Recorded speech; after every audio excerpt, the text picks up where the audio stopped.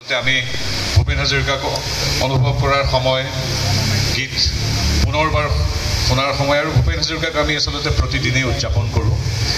কিন্তু আজি এটা বিশেষ দিন আজি শতবৰ্ষ সমগ্ৰ অসমৰ প্ৰত্যেকটো ঘৰত প্ৰত্যেকটো অন্তৰত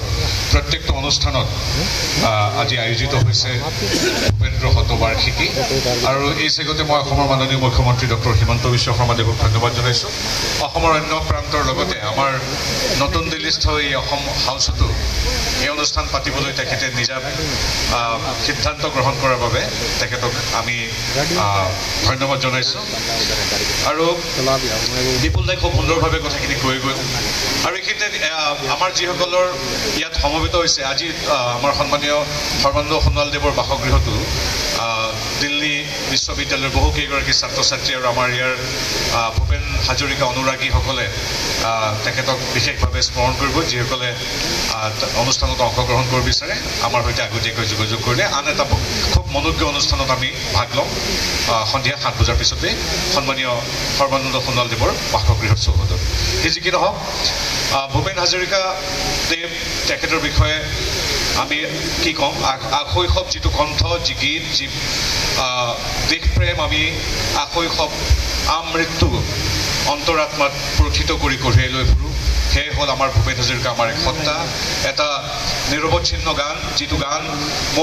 মৌনতাটো অনুৰণনিত হৈ থাকে গতিকে ভূপেন হাজৰিকাৰ বিষয়ে আচলতে ভূপেন হাজৰিকা এটা আমাৰ অনুভৱ আজি পুৱাৰ পৰা দেখিছোঁ সমগ্ৰ দেশে উদযাপন কৰিছে ভূপেন হাজৰিকাৰ শতবৰ্ষ ৰাতিপুৱাই দেখিলোঁ প্ৰধানমন্ত্ৰী নৰেন্দ্ৰ মোদীদেৱে আমাৰ নিজৰ মাতৃভাষা অসমীয়াত সমগ্ৰ ৰাজ্যবাসী দেশবাসী তথা বিশ্ববাসীৰ সন্মুখত ভূপেন হাজৰিকাৰ প্ৰতি স্মৰণ বন্দন কৰিছে তদ্ৰূপ আজি ছ'চিয়েল মিডিয়াৰ প্ৰতিটো পৃষ্ঠাই যেন ভূপেন্দ্ৰময় প্ৰতিটো বৈদ্যুতিন মাধ্যম ছপা মাধ্যম সকলোতে কেৱল ভূপেন হাজৰিকা প্ৰতিটো ঘৰ প্ৰতিটো চুবুৰী আজি ভূপেন্দ্ৰময় আৰু তদ্ৰূপ আজি 1000 কিলোমিটাৰ দূৰত আমি অসম হাউচতো আজি আমাৰ প্ৰাণৰ সুধাকণ্ঠ সংগীত সূৰ্য ডক্টৰ ভূপেন হাজৰিকাক আমি স্মৰণ কৰিছোঁ মোৰ সৌভাগ্য যে মই 90 চনত প্ৰথম লগ পাইছিলোঁ তেতিয়া আমাক চিনি নাপায় আমি আৰু আমাৰ অতি আটাইতকৈ চিনাকি মানুহজন পৰৱৰ্তী সময়ত 1998 চনৰ পৰা তেখেতৰ সৈতে বিভিন্ন সাংস্কৃতিক কামত ভাগ লোৱাৰ মোৰ সৌভাগ্য হৈছিল তেখেতে ইহলীলা সম্বৰণ কৰাৰ প্ৰাক মুহূৰ্তত যি দুটা শেষ গীত গাইছিল তাৰ এটা গীত মোৰ বাবে গাইছিল আৰু তেখেতৰ সেই শুভেচ্ছা বাণীবিলাকৰ ভিতৰত এটা মোৰ প্ৰতি থকা এটা সেই শুভেচ্ছা বাণী আছিল তেখেতৰ সাংস্কৃতিক অনুষ্ঠান কিউৰেট কৰাৰো মোৰ সৌভাগ্য হৈছে গতিকে আমি সৌভাগ্যৱান যে আমি ভূপেন হাজৰিকাৰ যুগত জন্ম লাভ কৰিছিলোঁ ক'বলগীয়াতো বহুতেই থাকে কিন্তু এতিয়া কৈ শেষ কৰিব নোৱাৰি এটাই কথা অসম চৰকাৰে এটা খুব সুন্দৰ আয়োজন কৰিছে কেৱল অনুষ্ঠান আয়োজন কৰা বা স্থাপত্য নিৰ্মাণ কৰাই নহয় বৌদ্ধিক আৰু বিদ্যায়তনিকভাৱে ভূপেন হাজৰিকা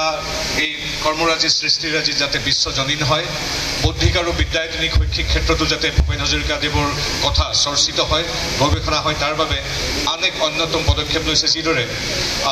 লাচিত বৰফুকনৰ বিষয়ে কিতাপখন 23টা সংবিধান স্বীকৃত ভাষালৈ অনুদিত হৈ কন্যাকুমাৰীৰ পৰা কাশ্মীৰলৈকে অৰুণাচলৰ পৰা গুজৰাটলৈকে আজি বিভিন্ন লাইব্ৰেৰী বা শিক্ষানুষ্ঠানত আজি উপলব্ধ হৈছে ঠিক একেধৰণে ভূপেন হাজৰিকা বিষয়ক এখন বিশেষ গ্ৰন্থও বিভিন্ন ভাষালৈ অনুবাদ কৰি প্ৰণয়ন কৰি আজি প্ৰকাশ কৰাইছে অন্য এটা ভাল কাম গতিকে এইখিনি কৈছোঁ শেষত তেখেতৰ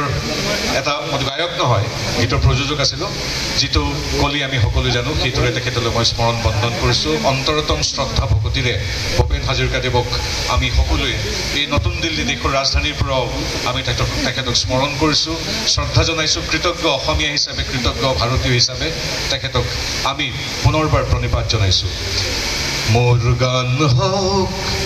বহু আস্থাহীনতাৰ বিপৰীতে এক গভীৰ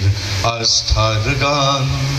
মোৰ গান হওক কল্পনা বিলাসৰ বিপৰীতে